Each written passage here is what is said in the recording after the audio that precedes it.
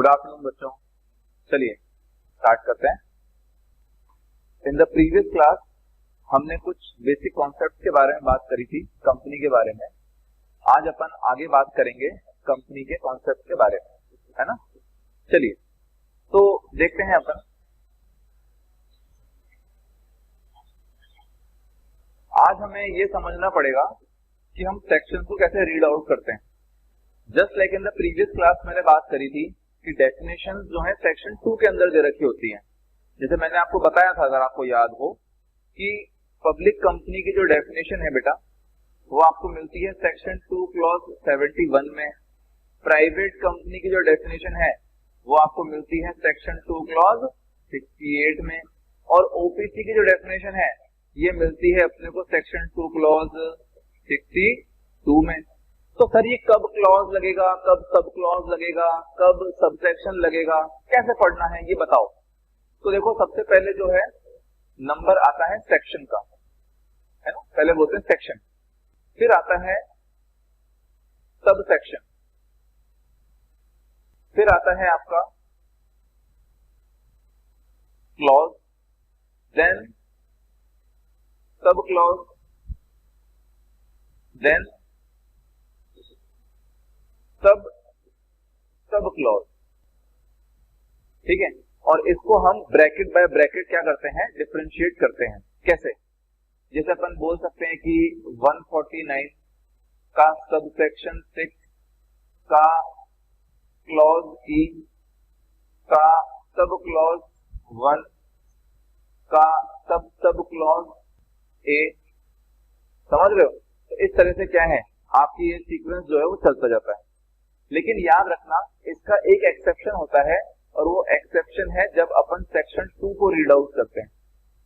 Section 2 को जब अपन read out करते हैं तो सेक्शन 2 के जस्ट बाद जो ब्रैकेट लगता है उसको अपन सब सेक्शन नहीं, उसको अपन क्लॉज कहते हैं। क्लियर हुआ? तो ये चीज आपको ध्यान रखनी है, ठीक है। चलिए नेक्स्ट बात करते हैं अपन टाइप्स ऑफ कंपनीज की, जो कि हम पिछले लेक्चर के अंदर कंटिन्यू करना चाह रहे थे। तो टाइप्स ऑफ लेक्चर के अंदर जैसा कि मैंने आपको बताया था, टाइप्स ऑफ कंपनी, तो जैसा कि मैंने आप लोगों से बात की थी कि यूजुअली 3 तरह की कंपनी होती है। एक होती है पब्लिक कंपनी, जिसकी डेफिनेशन मिलेगी सेक्शन 2 क्लॉज 71 में। एक है आपकी प्राइवेट कंपनी, जिसकी डेफिनेशन मिलेगी सेक्शन 2 क्लॉज 68 के अंदर। और एक मिलेगी आपकी ओपीसी कंपनी, जिसकी डेफिनेशन मिलती है सेक्शन 2 क्लॉज 62 के अंदर। सिंपल। फिर मैंने आपको ये भी बताया था कि OPC is nothing but a private company. तो ओपीसी कुछ नहीं, सिर्फ एक प्राइवेट कंपनी है। तो अगर ब्रॉडली कहा जाए तो सिर्फ 2 तरह की कंपनी होती है, एक होती है पब्लिक और एक होती है प्राइवेट। बस हो गया। अब इस केस के अंदर हमें ये समझना पड़ेगा कि कौन सी कंपनी प्राइवेट होती है, कौन सी कंपनी पब्लिक होती है और कौन सी ओपीसी होती है। और भी बहुत सारे टाइप्स ऑफ कंपनीज होती हैं, उसके बारे में आज हम डिस्कस करेंगे, है ना। तो सबसे पहले हमें ये समझना पड़ेगा कि पब्लिक क्या है और प्राइवेट क्या है। तो देखो, यहाँ पर प्राइवेट जो कंपनी है ना, इसने बहुत फनी लैंग्वेज में डिफाइन कर रखा है कि प्राइवेट कंपनी क्या, पब्लिक कंपनी क्या होती है। पब्लिक कंपनी की डेफिनेशन बोलता है कि पब्लिक कंपनी मतलब एक ऐसी company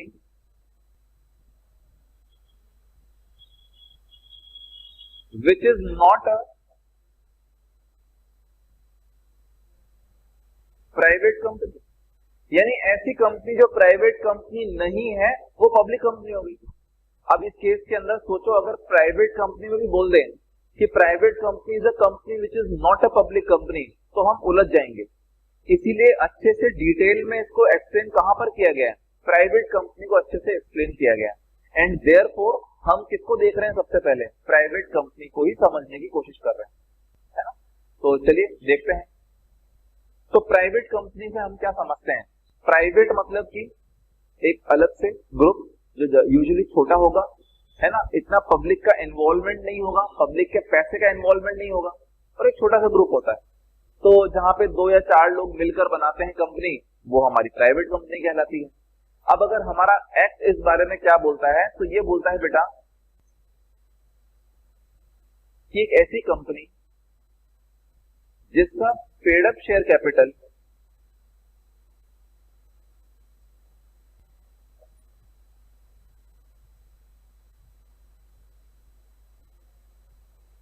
as may be prescribed, यानी जिसकी पेड अप कैपिटल जो है वो जैसा बताया जाए वैसी अगर वो होती है, एंड ऐसी कंपनी जो अपने आर्टिकल ऑफ एसोसिएशन के थ्रू क्या करती है, कुछ कंडीशंस इंपोज करती है, तो उसे हम प्राइवेट कंपनी कहते हैं। अब कौन कौन सी कंडीशंस होगी वो अपन बात कर लेते हैं। तो इसके अंदर बेटा देखो 3 कंडीशंस होती हैं। कितनी कंडीशंस होती हैं? 3।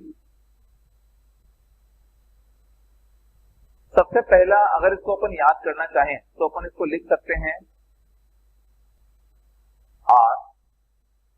RLP। इन 3 चीजों से अपन इसको डिनोट कर सकते हैं, 3 लेटर से, है ना। R मीन्स रेस्ट्रिक्ट, और अगर आप याद कर पाओ तो मैंने प्रीवियस क्लास के अंदर जब मैं फीचर्स ऑफ कंपनी में बात कर रहा था तब मैंने 4th या 5th नंबर का आपको बताया था फीचर, जो कि था transferability of shares.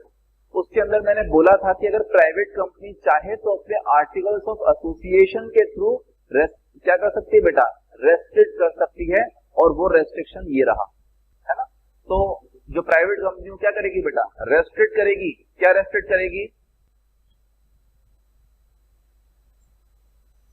Transferability of share. ठीक है, रेस्ट्रिक्ट कर सकते हैं, हम एग्री करते हैं, कोई दिक्कत नहीं है। और क्या करेगी? यहां पे L स्टैंड्स फॉर लिमिट, है ना। तो लिमिट क्या कर रहे हैं अपन? तो देखिए लिमिट इसके अंदर अपन कर रहे हैं नंबर ऑफ मेंबर, है ना। तो इसके अंदर स्पेसिफिकली लिखा हुआ है कि accept in the case of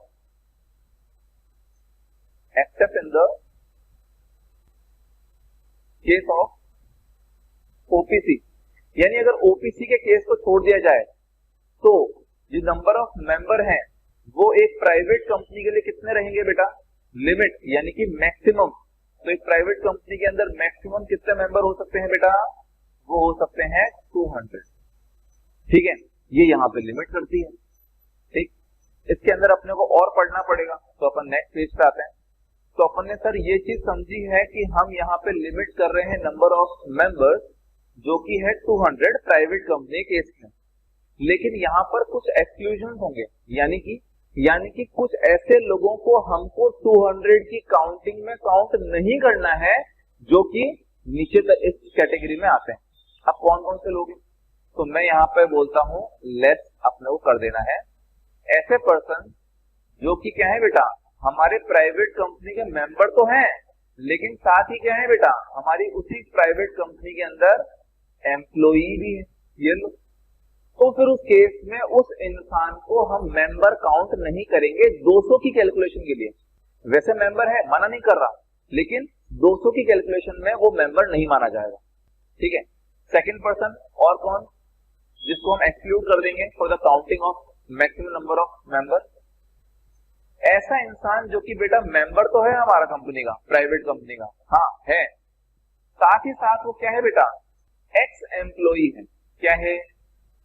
x employee है, यानी वो एक टाइम पर काम करता था, अब छोड़ गया, अब काम करके छोड़ गया वो, लेकिन अभी भी वो क्या है, मेंबर है। तो ऐसे इंसान को भी हम क्या नहीं मानेंगे, हमारे मेंबर हम नहीं मानते हैं for the purpose of calculating the maximum limit. ठीक है, तो ये जितना भी नंबर आएगा वो क्या होना चाहिए, shall be within the 200 member limit. जो 200 मेंबर की जो लिमिट है उसके क्या रहना चाहिए बेटा, अंदर ही रहना चाहिए। 200 तक भी जा सकता है, उससे ज्यादा नहीं जा सकता, है ना। ये चीजें हमको देखनी है। फिर एक चीज यहां पे बोलता है कि अगर 2 और मोर पर्सन, 1 और मोर, वन और मोर पर्सन अगर क्या करते हैं बेटा, होल्ड करते हैं शेयर, ठीक है, और वो शेयर भी कैसे हैं, या तो वन और मोर शेयर्स जो है वो होल्ड करता है, ठीक है। तो उस केस के अंदर वन और मोर पर्सन को मैं अलग अलग मेंबर मानूं कि सिंगल मेंबर मानूं? तो कहता है कि अगर एक या एक से ज्यादा इंसान अगर एक कंपनी के अंदर एक या एक से ज्यादा शेयर्स अगर अक्वायर करते हैं तो उस केस में उन पर्सन को हम क्या मान लेंगे,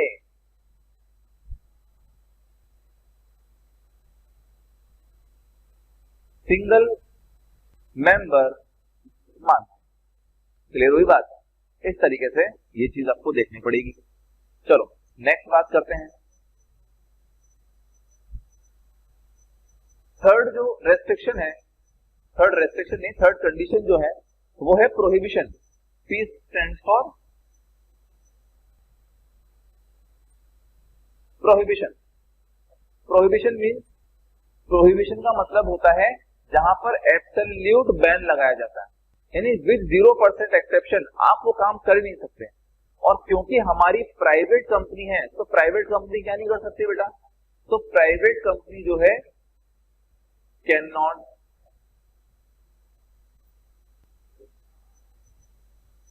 इनवाइट पब्लिक और सब्सक्रिप्शन ऑफ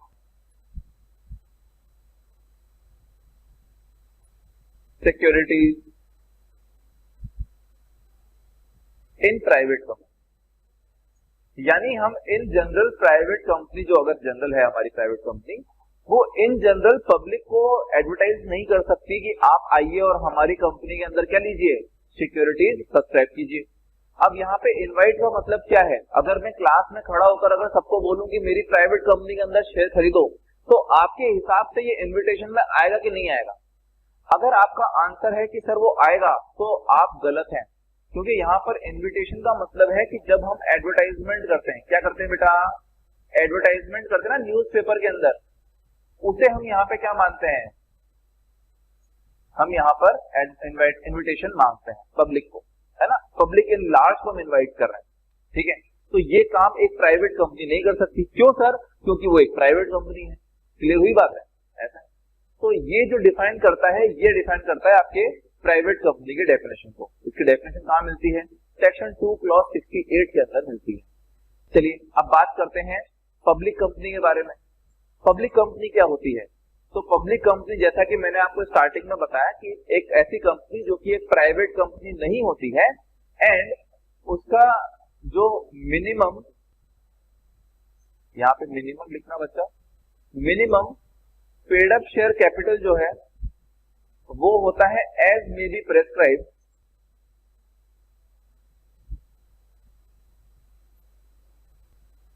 ठीक है, एज मे प्रेस्क्राइब, एंड उसके अंदर हमें चाहिए होते हैं 7 और मोर पर्सन, हमको चाहिए पड़ते हैं, जो कि क्या बनेंगे बेटा, वो बनेंगे हमारे कंपनी के मेंबर्स।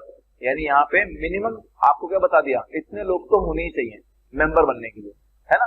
चलिए अब ध्यान देना, इसके अंदर बोलता है कि अगर हमारी पब्लिक कंपनी की, ठीक है, अगर हमारी पब्लिक कंपनी की क्या है बेटा, एक सब्सिडियरी है। क्या है? सब्सिडियरी। अब सर ये सब्सिडियरी कंपनी क्या होता है? सब्सिडियरी कंपनी एक ऐसी कंपनी आप मान लीजिए, जो कि आगे मैं बताने वाला हूं, आप बस इतना समझ लीजिए कि एक ऐसी कंपनी जिस पर किसी दूसरी कंपनी कंट्रोल करती है, उसे हम सब्सिडियरी कंपनी कहते हैं। तो हमारी पब्लिक कंपनी कंट्रोल करती है एक कंपनी को, जो कि सब्सिडियरी कंपनी हो गई, और ये कंपनी कैसी है बेटा, ये कंपनी है प्राइवेट कंपनी। कौन सी कंपनी है बेटा? ये प्राइवेट कंपनी। तो ध्यान देना, फिर उस केस के अंदर अगर एक पब्लिक कंपनी की सब्सिडियरी एक प्राइवेट कंपनी है, तो हम उसे क्या मान लेंगे, तो that company shall be deemed as public company. फिर हम उसको क्या मान लेते हैं बेटा, एक पब्लिक कंपनी मान लेते हैं, भले ही से वो अपने आर्टिकल्स ऑफ एसोसिएशन के अकॉर्डिंगली कौन सी कंपनी होगी, प्राइवेट कंपनी होगी, लेकिन सारे के सारे आपके एक्ट कैसे अप्लाई होता है, उस पे पब्लिक कंपनी के जैसे अप्लाई होता है। ये अपनी कौन सी डेफिनेशन है, ये अपनी पब्लिक कंपनी की डेफिनेशन है जो कि मिलती है अपने को सेक्शन 2 क्लॉज 71 के अंदर। ठीक है, अब बात कर लेते हैं अपन ओपीसी के बारे में। ये थर्ड टाइप की कंपनी बच रही है अपनी, तो चलिए अपन बात करते हैं ओपीसी के बारे में। ओपीसी में यहां पे लिख देता हूं। ओपीसी की बेटा जो डेफिनेशन आपको मिलती है वो मिलती है सेक्शन 2 क्लॉज 62 के अंदर, जिसमें बोलता है कि भाई एक ऐसी कंपनी, डेफिनेशन बहुत सिंपल है बेटा, एक लाइन की डेफिनेशन है। इसमें बोलता है बेटा एक ऐसी कंपनी जिसके अंदर ओनली एंड ओनली कितने मेंबर हो बेटा, सिर्फ एक ही मेंबर, उसे हम क्या कहते हैं, एक 1 पर्सन कंपनी कहते हैं, जो कि नेम इटसेल्फ वही सजेस्ट करता है ना। चलो नेक्स्ट, अब इसके अंदर आपको ये देखना पड़ेगा कि ओपीसी के अंदर जो मेंबर है वो कौन बन सकता है। तो यहां पर हाँ एक चीज और देखिए आप, जो हमारी ओपीसी है वो कितने तरह की कंपनी में आ सकती है, कौन से फॉर्मेट में आ सकती है। तो बेटा वो बन सकती है, ओपीसी कैन बी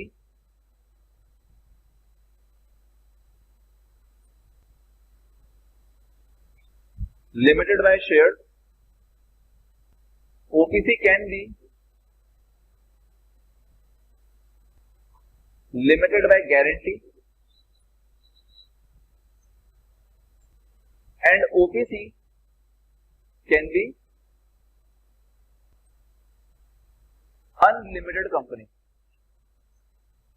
ये तीन तरह की जो कंपनी है ना, उन सभी फॉर्मेट के अंदर हमारी ओपीसी जो है वो आ सकती है। अब आप बोलोगे सर ये limited by share, limited by guarantee या फिर अनलिमिटेड कंपनी, ये क्या होता है, ये अपन अभी थोड़ी सी देर के अंदर पढ़ने वाले हैं, आप सिर्फ इसको समझ के लीजिए, है ना। लिमिटेड बाय शेयर वो लिमिटेड लाइबिलिटी वाला, जहां पर नॉमिनल वैल्यू, फेस वैल्यू या पार वैल्यू का जो अनपेड अमाउंट है अगर है तो उतनी मेंबर की लाइबिलिटी होती है, उसे कहते हैं लिमिटेड बाय शेयर।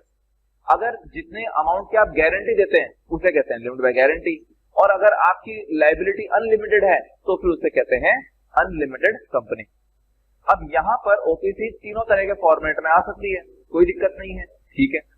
अब हम ये चीज आप समझ के लीजिए कि ओपीसी के अंदर अगर सिर्फ एक मेंबर होता है और अगर एक मेंबर की डेथ हो गई तो फिर दिक्कत आ जाएगी, फिर कंपनी कैसे चलेगी आगे।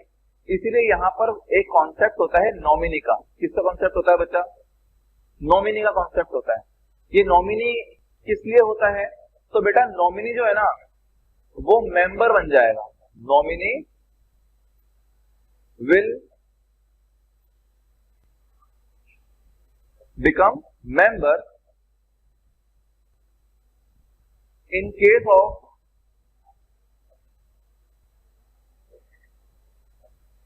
Original member. अगर हमारा ओरिजिनल मेंबर के साथ क्या होता है, देखो दो चीजें अगर होती हैं, तो अगर ओरिजिनल मेंबर की अगर डेथ हो जाती है, क्या हो जाती है बेटा, अगर ओरिजिनल मेंबर की डेथ हो जाती है, या फिर ओरिजिनल मेंबर जो है वो इनकेपेबल टू कॉन्ट्रैक्ट, यानी अब वो कॉन्ट्रैक्ट करने की स्थिति में नहीं है। और देखो कॉन्ट्रैक्ट एक्ट तो आप पढ़ के आ चुके हो उसके अंदर, सीए में फाउंडेशन के अंदर, है ना। तो इनकेपेबल ऑफ कॉन्ट्रैक्ट मतलब कि अनसाउंड माइंड हो गया है ना, पगला गया है वो। तो फिर उस केस के अंदर हमारा जो नॉमिनी है वो क्या बन जाएगा, वो फिर उसका मेंबर बन जाता है ओपीसी का, ठीक है। ये रोल होता है नॉमिनी का। तो यहाँ पे 2 पर्सन हो गए, ठीक है। एक चीज और समझ के लीजिए कि डायरेक्टर कितने रहेंगे, what is the number of director.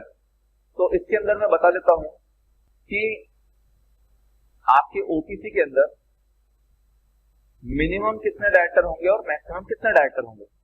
तो मिनिमम तो बेटा 1 डायरेक्टर हो सकता है और मैक्सिमम 15 डायरेक्टर हो सकता है, ठीक है। नाउ इस चीज को और याद रखिए कि जो डायरेक्टर है ना वही क्या बन सकता है बेटा, मेंबर ही डायरेक्टर बन सकता है। Member can become director of the company. अब सर ये क्या लॉजिक हुआ, मेंबर को आपने डायरेक्टर बना दिया। तो सोचो इस चीज को, अगर मान लो मैं कहता हूं कि अगर आपको ओपीसी बनानी है तो उसके अंदर मेंबर जो है वो अलग होना चाहिए और डायरेक्टर जो है वो अलग होना चाहिए। यानी कि आपको कितने लोग चाहिए पड़ गए, 2 लोग चाहिए पड़ गए, एक तो मेंबर बनेगा और एक डायरेक्टर बनेगा। अगर 2 ही लोग चाहिए हैं तो क्यों ना फिर हम क्या बना लें, प्राइवेट कंपनी बना लें, क्योंकि प्राइवेट कंपनी के अंदर मिनिमम कितने लोग चाहिए होते हैं बेटा, मिनिमम 2 लोग चाहिए होते हैं। इसीलिए यहाँ पे कहते हैं कि हमारा मेंबर ही क्या बन जाएगा, डायरेक्टर बन जाएगा, यानी एक ही आदमी से अपन कंपनी रेगुलेट कर लेंगे, कोई दिक्कत नहीं है। And in the most of the cases होता भी यही है, जो मेंबर होता है ओपीसी का वही उस कंपनी का डायरेक्टर भी होता है। क्लियर हुआ ऐसा? चलो नेक्स्ट बात करते हैं अपन एलिजिबिलिटी क्राइटेरिया।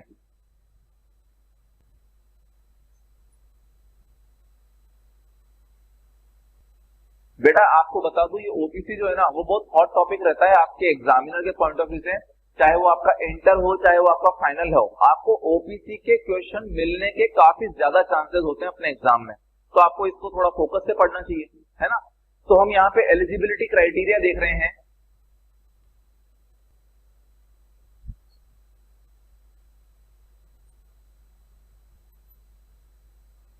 मेंबर के लिए एंड नॉमिनी के लिए, ठीक है। तो अगर आपको एक ओपीसी का क्या बनना है बेटा, मेंबर बनना है, तो क्या क्या एलिजिबिलिटी क्राइटेरिया आपके पास होना चाहिए वो देखेंगे अपन। अगर आपको नॉमिनी बनना है ओपीसी का तो फिर आपको क्या क्या होना चाहिए। तो देखो बेटा सबसे पहला क्राइटेरिया तो ये है कि वो जो इंसान बनना चाहता है ना वो नेचुरल पर्सन होना चाहिए। क्या होना चाहिए, नेचुरल पर्सन होना चाहिए। अब मेंबर नेचुरल पर्सन होना चाहिए क्या, जी हाँ, मेंबर नेचुरल पर्सन होना चाहिए। और सेम टू सेम रिक्वायरमेंट किसके लिए रहती है, नॉमिनी के लिए भी रहती है, ठीक है। तो नॉमिनी जो बन रहा है वो भी नेचुरल पर्सन होना चाहिए। सर नेचुरल पर्सन मतलब यानी कि बॉडी कॉर्पोरेट, कंपनीज, यूनिवर्सिटीज, ये सब क्या नहीं बन सकते, ये सब मेंबर या नॉमिनी नहीं बन सकते ओपीसी के, सिंपल। चलो सेकंड क्राइटेरिया देखते हैं अपन। वो जो नेचुरल पर्सन है वो क्या होना चाहिए बेटा, वेदर इंडियन सिटीजन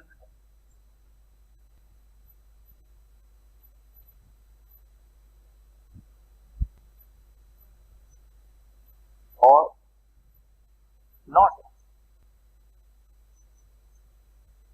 ठीक है।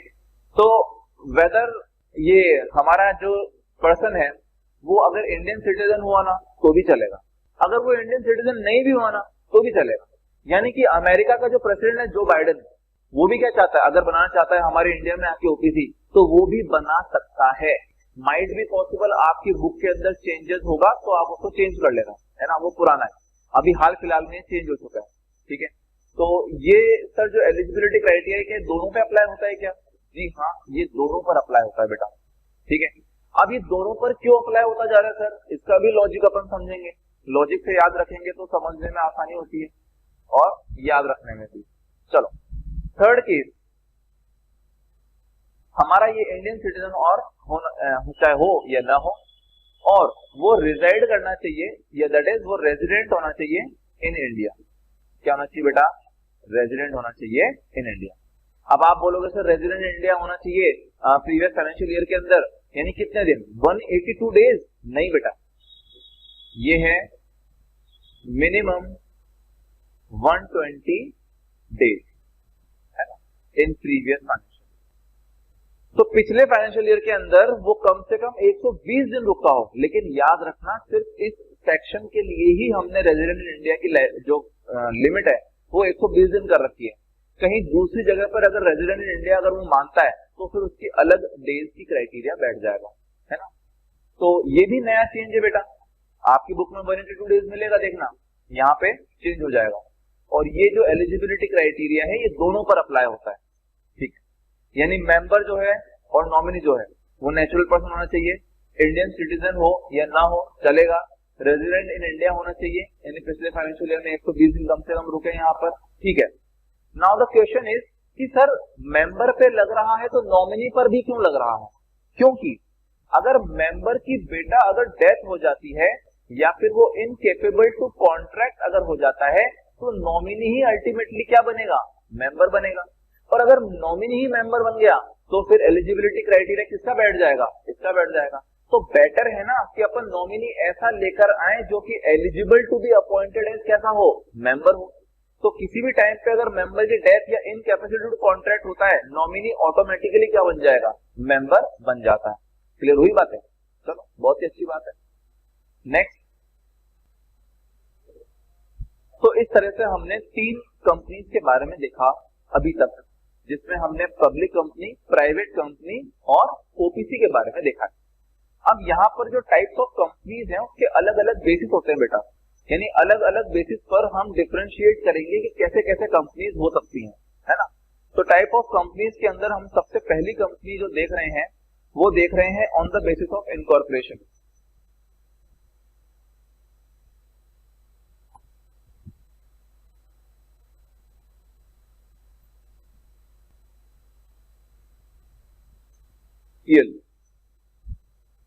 On the basis of incorporation, यानी कि इनकॉर्पोरेशन के बेसिस पर कैसे कैसे हम डिफरेंशिएट कर सकते हैं। तो यहाँ पे बेटा 2 कंपनीज आपको देखने को मिलेंगी। एक आपको देखने को मिलेगी स्टैट्यूटरी कंपनी,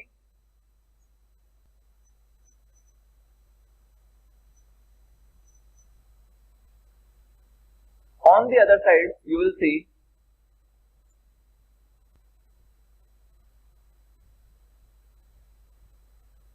रजिस्टर्ड कंपनी, है ना। चलो अब सबसे सिंपल वाली पहले समझ लेते हैं अपन। सबसे सिंपल ये है, रजिस्टर्ड कंपनी के अंदर बोलता है कि ये एक ऐसी कंपनी जो कि रजिस्टर्ड होती है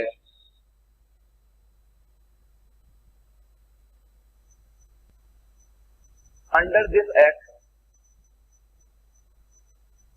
और एनी प्रीवियस कॉर्पोरेट लॉ, है ना।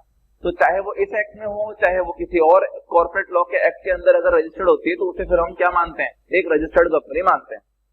अगर बात करें स्टैट्यूटरी कंपनीज की, तो स्टैट्यूटरी कंपनीज ऐसी कंपनी होती हैं बेटा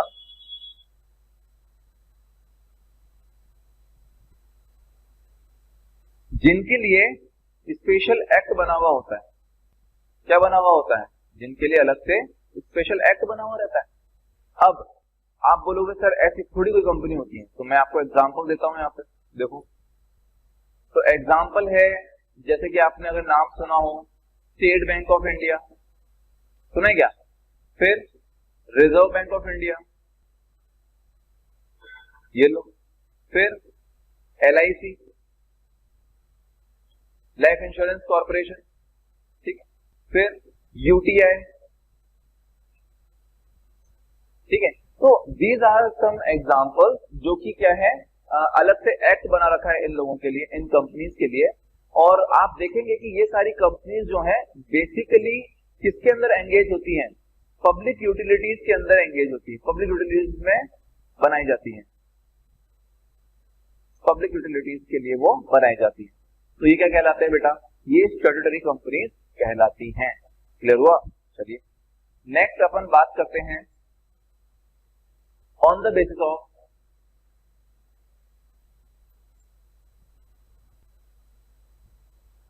liability.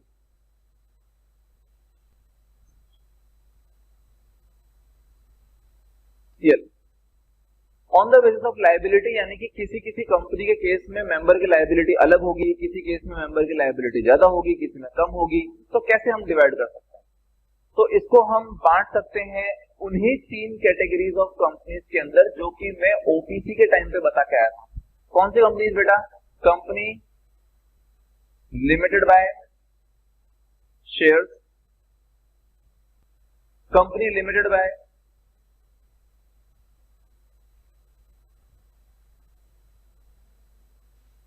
Guarantee and company having a unlimited liability, unlimited company.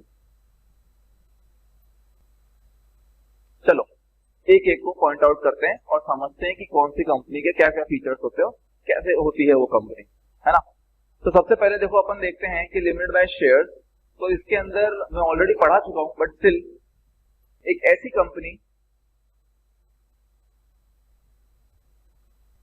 ठीक है, जहां पर जो लायबिलिटी है ऑफ अ मेंबर वो लिमिटेड होती है, और वो लिमिटेड कहां तक होती है बेटा? अनपेड अमाउंट इफ एनी, यहां लिख देते हैं अपन, इफ एनी, जो कि किसका होगा? या तो नॉमिनल वैल्यू का, या फिर पार वैल्यू का, या फिर फेस वैल्यू का। ठीक है, तो ये जो है इनके अंदर जो आपका अनपेड अमाउंट है अगर बचा हुआ है तो वहां तक की क्या रहती है बेटा? आपकी लायबिलिटी रहती है। उसके अलावा कोई आपसे 1 रुपया नहीं मांग सकता। क्लियर हुआ? ये चीजें हैं, तो इसे कहते हैं लिमिटेड बाय शेयर। नेक्स्ट आता है आपका लिमिटेड बाय गारंटी। ये कैसी कंपनी होती है भाई?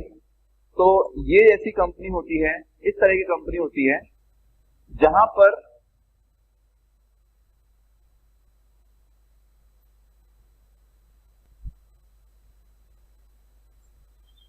मेंबर्स की जो लायबिलिटी होती है वो लिमिटेड होती है अप टू द अमाउंट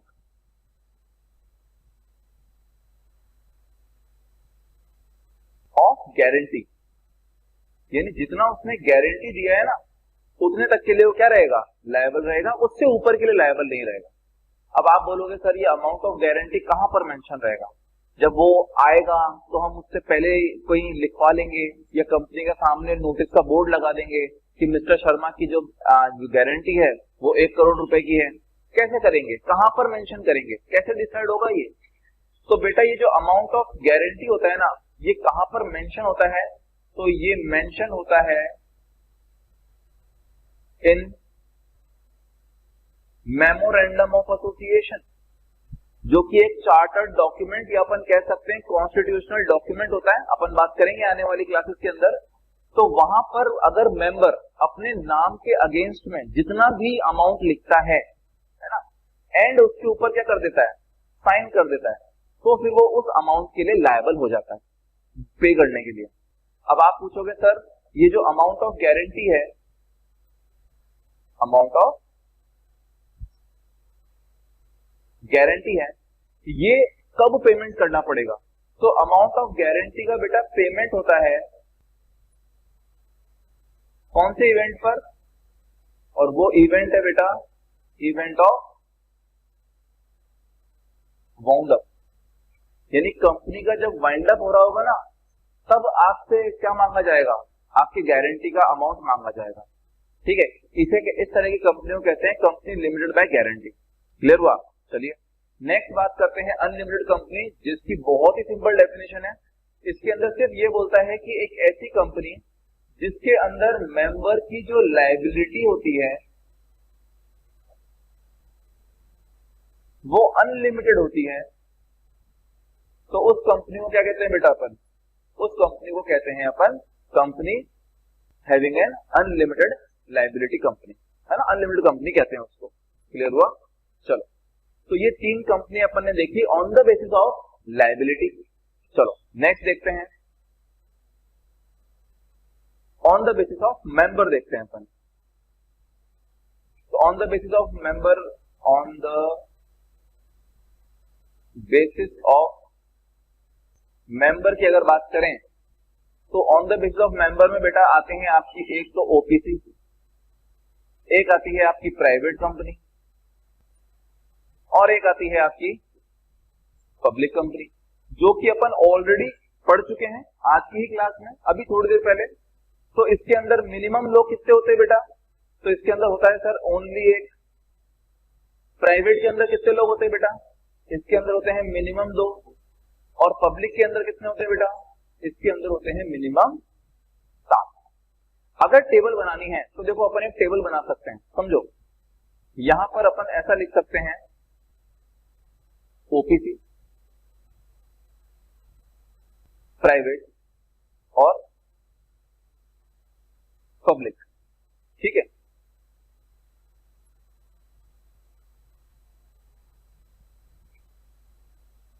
ये लो। और अपन यहाँ पे लिख सकते हैं कितने मिनिमम आपको मेंबर चाहिए और कितने मैक्सिमम मेंबर हो सकते हैं। ये लो, मेंबर के रिगार्डिंग अपन बात कर रहे हैं, ठीक। तो ओपीसी में मिनिमम कितना चाहिए अपने को, तो अपने को सर ऑलरेडी पता है ओनली 1। प्राइवेट में कितने चाहिए मिनिमम 2। पब्लिक में कितने चाहिए 7। ओपीसी में मैक्सिमम कितना हो सकता है ओनली 1।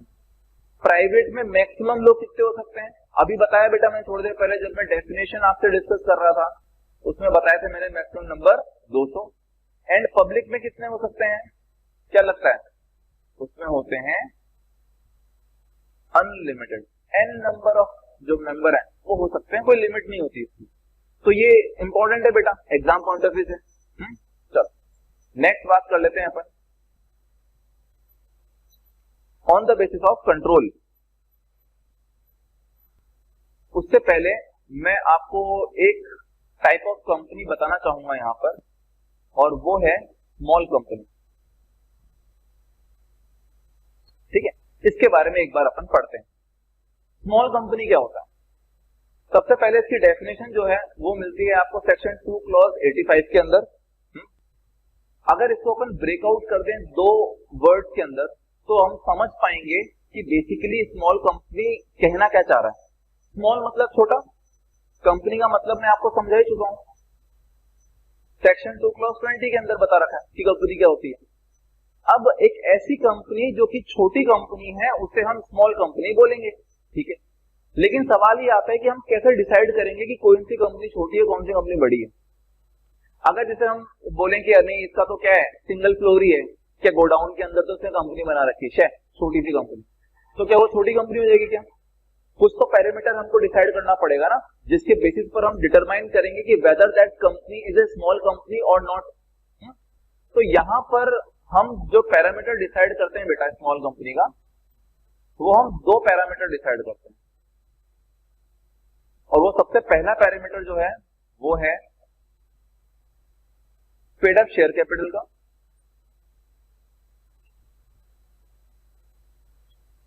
ठीक है, जिसको अपन प्यार से लिख सकते हैं PUSC। एंड सेकंड कैटेगरी जो है, जो सेकंड फैक्टर है, उसे हम कह सकते हैं अपना टर्नओवर, ठीक है, कंपनी का जितना टर्नओवर है। इसके बेसिस पर हम डिसाइड करेंगे कि एक कंपनी प्राइवेट स्मॉल कंपनी है कि नहीं है। अब देखो आ जाओ, इसके अंदर बोलता है कि अगर कंपनी का paid up share capital shall not exceed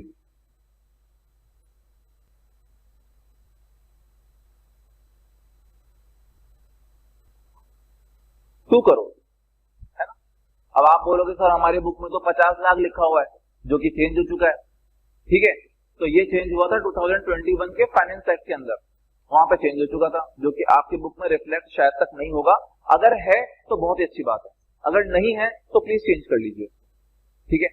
तो अगर उसका paid up share capital 2 crore से ज्यादा नहीं है बेटा, ज्यादा नहीं है, तो फिर उस केस के अंदर वो स्मॉल कंपनी कैटेगरी में आ जाएगी, ठीक है। याद रखना एंड, है ना, यानी आपको पेड अप शेयर कैपिटल की जो रिक्वायरमेंट है वो भी पूरी करनी है और टर्नओवर की जो रिक्वायरमेंट है उसको भी पूरा करना है। तो टर्नओवर क्या नहीं होना चाहिए बेटा, तो कहता है कि ऐसी कंपनी जिसका जो टर्नओवर है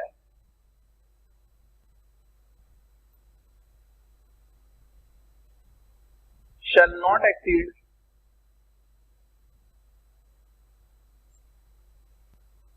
20 करोड़। अब आप बोलोगे सर यहाँ तो 10 करोड़ लिखा हुआ होगा या 2 करोड़, जो भी पहले का जो लिखा हुआ होगा, तो वो भी क्या हो चुका है बेटा, अभी चेंज हो चुका है ना। तो ये अपडेटेड लिमिट है, इसको आप अच्छे से याद रख लीजिएगा। तो ये दो, अगर एक ऐसी कंपनी है जो कि इस दोनों पैरामीटर के अंदर फॉल इन होती है, तभी जाकर वो क्या बन पाएगी, स्मॉल कंपनी बन पाएगी। सर अगर मैं बोलूं कि यहां तक तो वो आ रही है, मान लो उसका पेड अप शेयर कैपिटल जो है वो कितना है, 50,000 रुपए, ये लो, तो क्या वो स्मॉल कंपनी है, नहीं, पहले देखना पड़ेगा टर्नओवर। सर टर्नओवर तो हमारे यहाँ पे 25 करोड़ है, तो फिर उस केस के अंदर वो स्मॉल कंपनी है कि नहीं है, बेटा नहीं है, क्योंकि आपको ये कंडीशन भी कंप्लाई करनी है और ये वाली भी करनी है। क्लियर हुआ, ठीक है, अब इसके देख लेते हैं अपन कुछ एक्सेप्शन, यानी कुछ तरह की ऐसी कंपनीज होंगी जो कि क्या है बेटा, स्मॉल कंपनी नहीं कहलाएंगी। उससे फर्क नहीं पड़ता कि ये जो नीचे लिस्ट ऑफ कंपनीज में बता रहा हूं उनका पीयूएससी या फिर उसका टर्नओवर कितना है, फर्क नहीं पड़ता, वो इस कैटेगरी ऑफ कंपनीज के अंदर आ रही हैं, वो दैट सेल्फ इज इनफ कि वो स्मॉल कंपनी नहीं कहलाएगी। कौन कौन सी कंपनी है भाई? सबसे पहला है आपका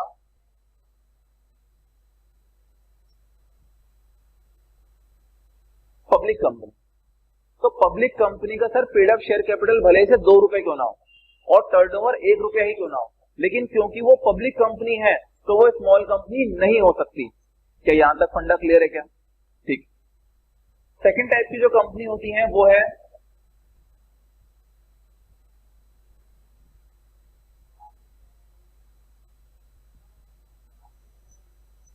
सब्सिडरी कंपनी। ठीक है, इसी के साथ है आपका holding company, then section 8 company. सब समझाऊंगा बेटा मैं अभी।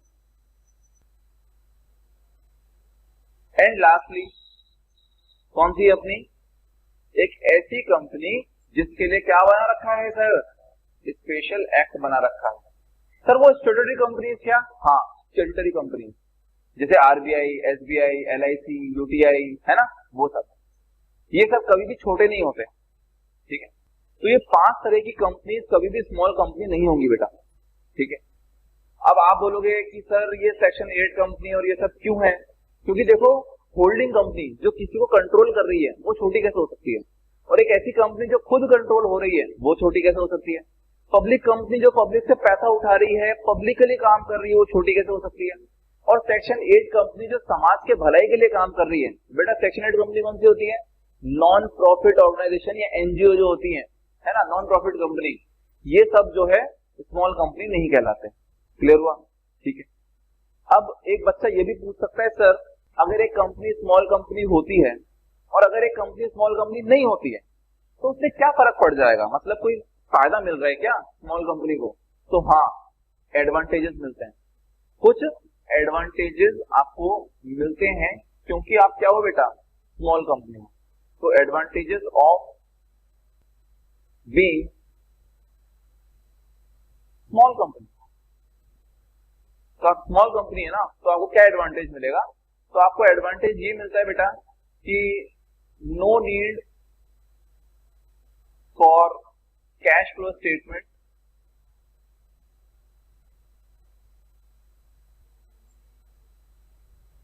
यानी जब आप अपने फाइनेंशियल स्टेटमेंट्स वगैरह बनाएंगे ना तो उसके अंदर आपको कैश फ्लो स्टेटमेंट लगाने की जरूरत नहीं पड़ेगी, यानी अपना टाइम बच गया।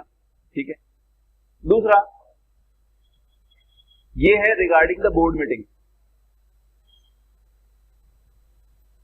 अगर आपकी स्मॉल कंपनी है तो आपको बोर्ड मीटिंग कंडक्ट करवानी पड़ेगी एटलीस्ट एक इन अ हाफ कैलेंडर ईयर। यानी अगर आपकी एक स्मॉल कंपनी है बच्चा तो फिर उस केस के अंदर आपके एक हाफ ईयर में आपको कम से कम एक बोर्ड मीटिंग करानी पड़ेगी। तो सोच के बताओ पूरे कैलेंडर ईयर में कितनी करवानी पड़ेगी कम से कम? तो आपका आंसर होना चाहिए 2, अगर 2 है तो आप सही हो। ठीक है, तो अगर ऐसा भी तो कर सकता हूं ना, ध्यान से सुनना, ये अपना पूरा का पूरा टाइमलाइन है, यहां पर है जनवरी और यहां पर है दिसंबर। अब जसवंत सर ने बोला है कि स्टार्टिंग का 1 हाफ के अंदर आपको एक मीटिंग करनी है और सेकेंड हाफ के अंदर आपको एक मीटिंग करनी है। तो क्यों ना अपन ऐसा करें कि हाफ क्या गिरेगा यहाँ पे, जून और जुलाई के बीच का। ठीक है, तो एक काम करते हैं ना, 25 जून को एक मीटिंग रख देते हैं, बोर्ड मीटिंग। ठीक है, और 2 जुलाई की क्या कर देते हैं, एक और बोर्ड मीटिंग रख देते हैं। दोनों के दोनों मीटिंग हो गई पास पास में और अपन साल भर के लिए फ्री हो गए। क्या बोलते हो, ऐसा कर सकता हूं क्या मैं? बिल्कुल कर सकता हूं मैं। ठीक है, क्या ये गलत है क्या? हाँ गलत है, क्योंकि हमारा इंटेंशन ये है, हमारे सोचने का नजरिया ये है कि पूरे हाफ ईयर के अंदर एक बोर्ड मीटिंग तो करो आप, जिससे उसका पूरा का पूरा मैटर समझो आप। अगर आप इतने पास पास में बोर्ड मीटिंग करोगे तो हमारा जो इंटेंशन है वो डिफीट हो जाता है। और इसीलिए साथ में एक कंडीशन आती है कि जो मिनिमम गैप है बिटवीन टू बोर्ड मीटिंग वो कितना होना चाहिए, वो 90 डेज का तो होना ही चाहिए। यानी कम से कम अप्रोक्सीमेटली 3 महीने का गैप तो होना ही चाहिए, ताकि आप क्या करो, यहाँ पे करो और फिर यहाँ पर करो, अगस्त या सितंबर अक्टूबर के अंदर करो और यहाँ पे मार्च अप्रैल के आसपास करो, ताकि कम से कम 3 महीने गैप तो हो ही जाए। क्लियर हुआ क्या नहीं हुआ? ठीक है, तो ये चीजें आपको देखनी पड़ेंगी। तो ये एडवांटेजेस हैं कि अगर आप स्मॉल कंपनी है तो आपको क्या एडवांटेजेस मिलते हैं। यस, चलो नेक्स्ट बात करते हैं on the basis of control.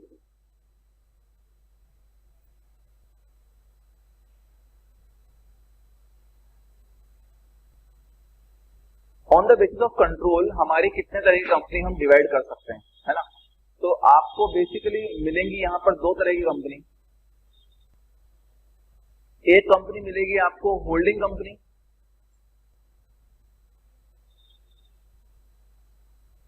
और एक कंपनी मिलेगी आपको सब्सिडियरी कंपनी। ये 2 तरह की कंपनी आपको देखने को मिलेंगी बच्चा। ठीक है, अब समझते हैं एक एक को ओपन। यहां पर होल्डिंग कंपनी और सब्सिडियरी कंपनी को अगर आपको समझना है तो इस चीज को आप ध्यान से समझिए कि जब भी हम किसी एक कंपनी के स्टेटस को समझने की कोशिश करेंगे तो उसको समझने के लिए हमको दूसरी कंपनी की तरफ देखना पड़ेगा। सर क्या कह रहे हो, कुछ समझ में नहीं आ रहा। समझो, जैसे XYZ लिमिटेड है और यहाँ पे ABC लिमिटेड है। अब मेरा सवाल सिर्फ इतना सा है कि क्या XYZ लिमिटेड एक होल्डिंग कंपनी है क्या? सिर्फ छोटा सा सवाल है मेरा कि क्या XYZ लिमिटेड होल्डिंग कंपनी है क्या? अगर है तो कैसे डिसाइड करेंगे? तो अपने को ये डिसाइड करने के लिए कि XYZ लिमिटेड होल्डिंग है कि नहीं, अपने को कहां देखना पड़ेगा बेटा? दूसरी कंपनी की तरफ देखना पड़ेगा। कौन सी कंपनी? ABC के पास देखना पड़ेगा और उसके अंदर देखना पड़ेगा कि सर अगर ये वाली कंपनी अगर सब्सिडियरी कंपनी, कैसी कंपनी बेटा? अगर ये सब तो सब्सिडियरी कंपनी है ना, किसकी? XYZ की, तब भैया XYZ कैसी कंपनी है? Holding company. समझ पा रहे हो कि नहीं समझ पा रहे? तो ये 2 जो कंपनी जब तक हम पढ़ेंगे, याद रखना जिसका भी स्टेटस इन क्वेश्चन होता है उसके अगेंस्ट में जो कंपनी है उसको हमको फोकस से देखना पड़ता है। क्लियर हुआ? चलो, होल्डिंग कंपनी के अंदर हम देखें तो यहां पर ये बताता है कि होल्डिंग कंपनी मतलब एक ऐसी कंपनी होती है इन रिलेशन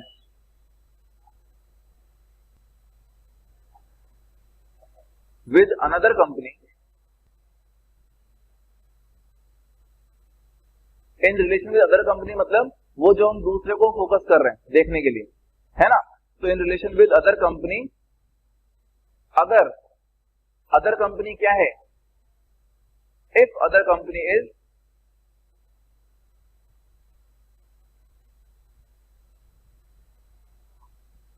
सब्सिडियरी कंपनी, तो फिर हमारी कंपनी क्या हो जाएगी? हमारी कंपनी फिर होल्डिंग कंपनी हो जाती है। बस खत्म हो गई डेफिनेशन। ठीक है, होल्डिंग कंपनी की बहुत आसान है। ठीक, अब यहां पर अपने को समझना पड़ेगा किसके बारे में? सब्सिडियरी कंपनी कॉन्सेप्ट को, कि क्या एक कंपनी सब्सिडियरी कंपनी हो सकती है, और अगर हो सकती है तो कैसे डिटरमाइन करेंगे कि भैया कैसे है वो। तो देखिए यहां पर बोलता है कि भाई एक ऐसी कंपनी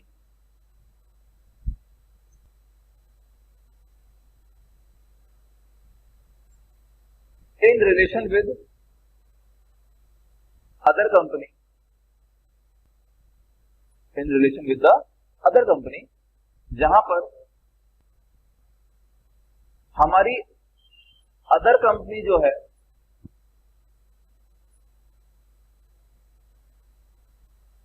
वो एक्सरसाइज कर रही है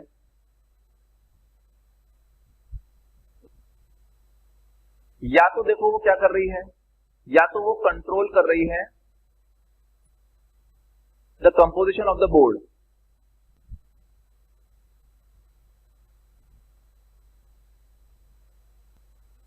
composition of the board. Sir इसका क्या मतलब है, कंपोजिशन ऑफ द बोर्ड, यानी कि मैं आपको बताता हूं, देखिए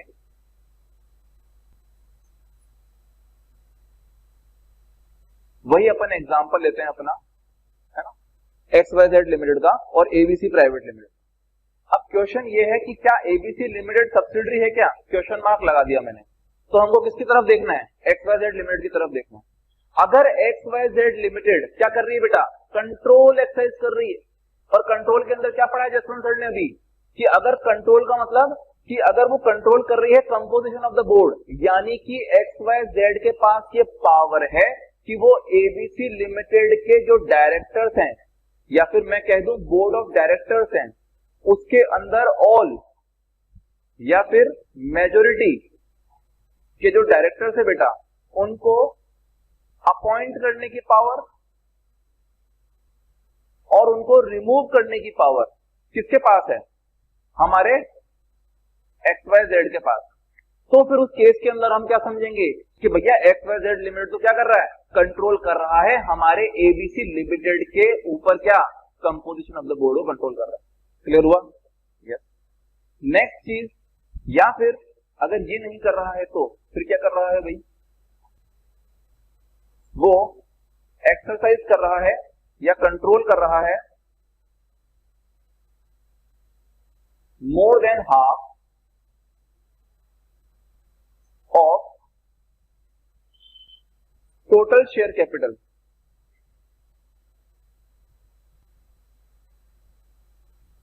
यानी हमारी ABC लिमिटेड की जितनी भी शेयर कैपिटल है ना, उसके हाफ से ज्यादा जो शेयर कैपिटल है वो किसके पास है, XYZ के पास है।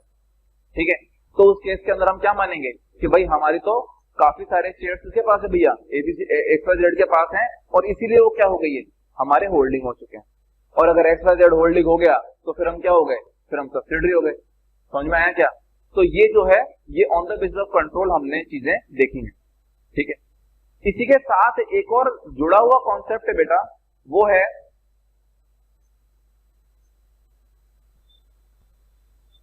एसोसिएट कंपनी का। आपको ये टाइप ऑफ कंपनी भी मिलेगी बेटा, इसी टाइप ऑफ कंपनीज के अंदर लिस्ट में आपको मिलेगी कि एसोसिएट कंपनी क्या होती है। अब हमें ये देखना है कि एसोसिएट कंपनी किस सेंस में है। तो याद रहे, जिस तरीके से हमने होल्डिंग पढ़ा, जिस तरीके से हमने सब्सिडरी पढ़ा, वैसे ही अपना क्या काम करता है, एसोसिएट भी काम करता है। इसके अंदर बस सब्सिडरी का नाम बदल के क्या हो गया, एसोसिएट हो गया। सर कैसे, समझ नहीं आ रहा। देखो, XYZ limited, ABC limited, ABC limited subsidiary कब होता था, जब more than half of total share capital किसके पास होती थी, XYZ के पास। लेकिन अगर सोचो मोर देन हाफ नहीं है, मान लो 30% है, मान लो 40% है, या मान लो हटाओ, XYZ जो है होल्ड करता है ABC के अंदर 49% ऑफ टोटल शेयर कैपिटल। तो आप अब सब्सिडरी होगी क्या, नहीं, होल्डिंग सब्सिडरी का रिलेशनशिप नहीं आया। लेकिन 49% का इन्वेस्टमेंट काफी बड़ा इन्वेस्टमेंट है ABC के अंदर, नहीं क्या बच्चों? यस। तो कुछ तो रिलेशनशिप क्रिएट होगा ना, वो होगा एसोसिएट कंपनी का। यहाँ पे अब ABC क्या कहलाएगी, एसोसिएट कहलाएगी, किसकी, ABC। यानी जहां पर ABC अगर 50% के ऊपर का कंट्रोल होने पर सब्सिडरी कहलाती है, अगर 50% से नीचे का अगर कंट्रोल है तो वो एसोसिएट कहलाती है। ठीक है, बेसिक कॉन्सेप्ट समझ में आया। अब अपन पढ़ते हैं इसके डिटेल्स पे। यहां पर ये बोलता है बेटा कि associate company means a company in relation with another company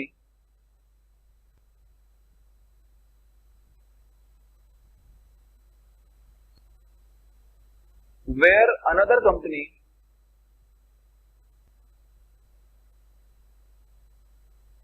exercise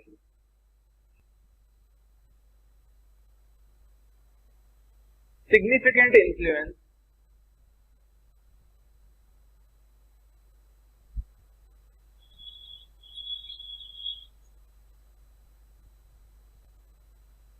over the company,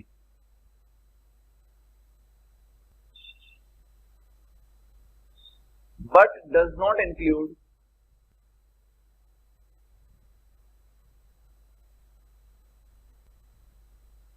subsidiary company.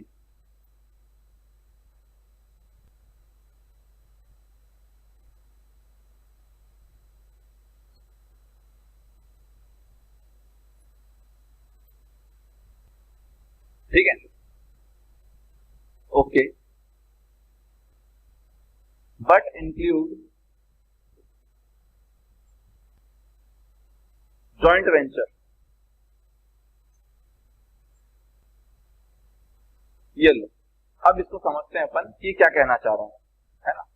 तो देखो बेटा, इसके अंदर ये बोल रहा है कि भाई एक ऐसी कंपनी जो दूसरे कंपनी के रिलेशन में, यानी अपने को दूसरा का एंगल तो देखना ही पड़ेगा। तो अगर एबीसी के ऊपर सवाल ये उठता है कि क्या एबीसी एसोसिएट है, तो हमको किस पे फोकस करना पड़ेगा, XYZ लिमिटेड पे फोकस करना पड़ेगा। यहां तक क्लियर है क्या?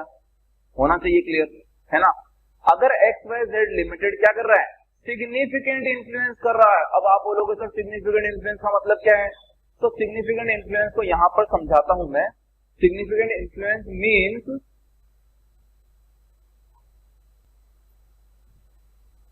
आप यहां पर एटलीस्ट 20% ऑफ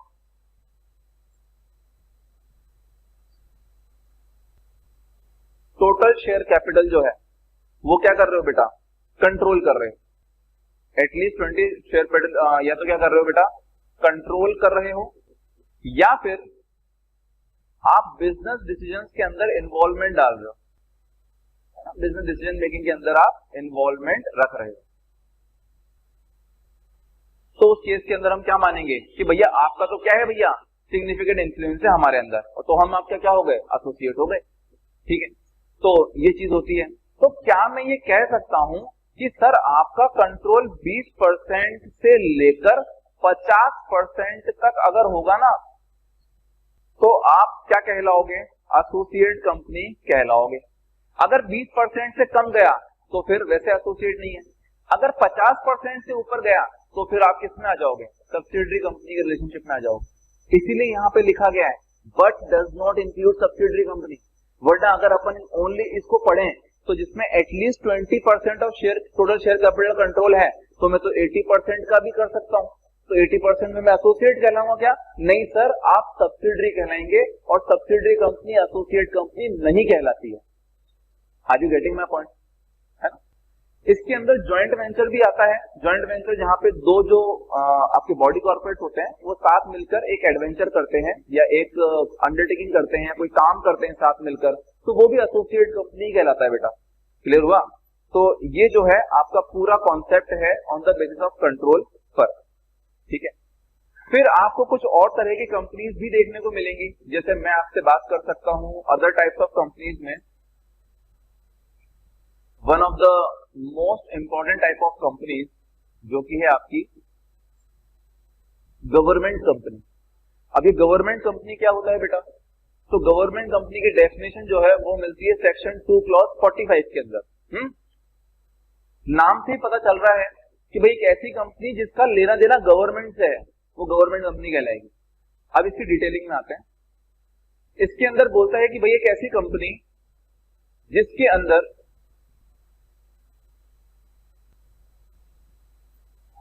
51% है ना और मोर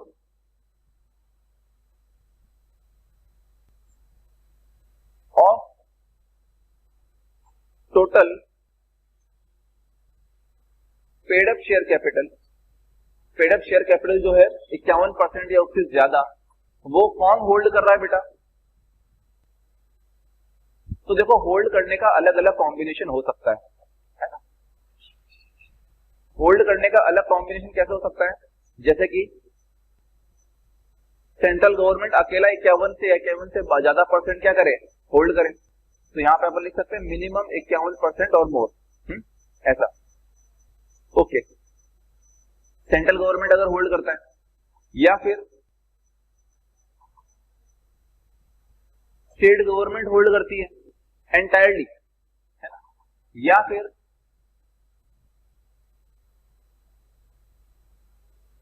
स्टेट गवर्नमेंट होल्ड करती है। क्योंकि आपको तो पता ही है अपने स्टेट की अलग अलग गवर्नमेंट होती है, तो महाराष्ट्र, राजस्थान और असम की सरकार मिलकर अगर एक कंपनी की 51% या उससे ज्यादा अगर paid up share capital hold करती है तो वो कंपनी एक गवर्नमेंट कंपनी कहलाती है। समझ में आया ऐसा? या फिर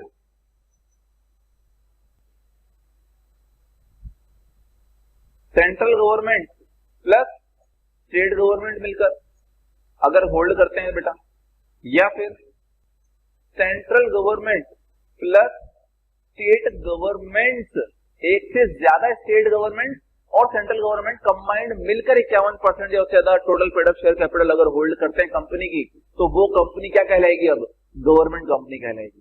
समझ में आया? ठीक है। And include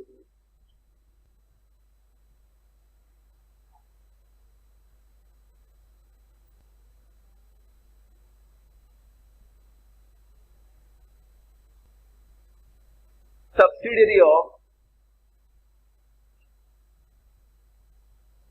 government company. अब ये क्या कह दिया सर ने?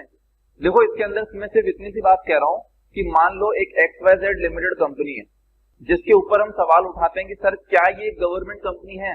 तो मैंने बताया कि अगर इस XYZ लिमिटेड की total paid up share capital की 51% से ज्यादा, 51% या उससे ज्यादा अगर होल्ड करता है सेंट्रल गवर्नमेंट, स्टेट गवर्नमेंट या स्टेट गवर्नमेंट या सेंट्रल गवर्नमेंट या स्टेट गवर्नमेंट में या सेंट्रल गवर्नमेंट अगर होल्ड करते हैं तो ये एक गवर्नमेंट कंपनी कहलाएगी। फिर आप बोलोगे चलो सर ये तो गवर्नमेंट कंपनी है, लेकिन सर इसकी एक सब्सिडरी है ABC लिमिटेड, है ना? सर क्या ये गवर्नमेंट कंपनी है? जी हाँ, ये भी एक गवर्नमेंट कंपनी है, क्योंकि XYZ क्या है बेटा? एक गवर्नमेंट कंपनी। समझ में आया? तो ये कुछ टाइप्स ऑफ गवर्नमेंट, कुछ टाइप्स ऑफ कंपनीज हमने देखे हैं आज की क्लास के अंदर जो कि हमने डिस्कस किए हैं, एंड कुछ फ्यू टाइप्स ऑफ कंपनीज जो और बचे हैं वो हम आगे क्लियर करेंगे। With this I wrap up this whole session. Thank you very much बच्चों, बाय बाय।